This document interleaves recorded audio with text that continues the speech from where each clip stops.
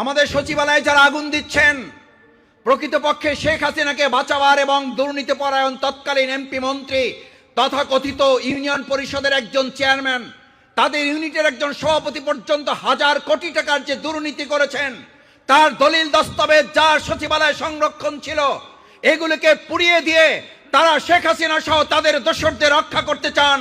যেই দোসররা এই কাজে সম্পৃক্ত হয়েছেন, কান খুলে শুনে রাখুন, এই সমস্ত কাগজ পুড়িয়ে ফেললেও 18 কোটি মানুষের 2 চোখ আপনারা অন্ধ করতে পারবেন না। তাদের সাক্ষীর বিনিময়ে বিচার হবে, ফাঁসির কাস্টে তাদেরকে ঝুলাতে বাধ্য করা হবে। এখন তো সচিবালয়ে কয়েকটা ফ্লোরে আগুন দিয়েছেন।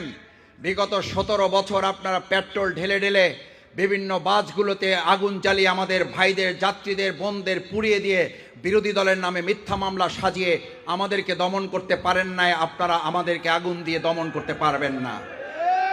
আগুন সন্ত্রাসী হিসাবে আপনি টেলিভিশনে বক্তৃতা করতেন, আর এদেশের 18 কোটি মানুষ জানতো ওই আগুন সন্ত্রাসের হোতা ছিল শেখ হাসিনা নিজে। এই আগুন সন্ত্রাসের মদতদাতা ছিল বাংলাদেশের বাইরের একটা গোয়েন্দা সংস্থা। এখনো আমরা দাবি করছি, জনগণ মনে করে সচিবালয়ে আগুন দেওয়ার পিছনে শেখ হাসিনা এবং তথাকথিত ওই গোয়েন্দা সংস্থার হাত রয়েছে।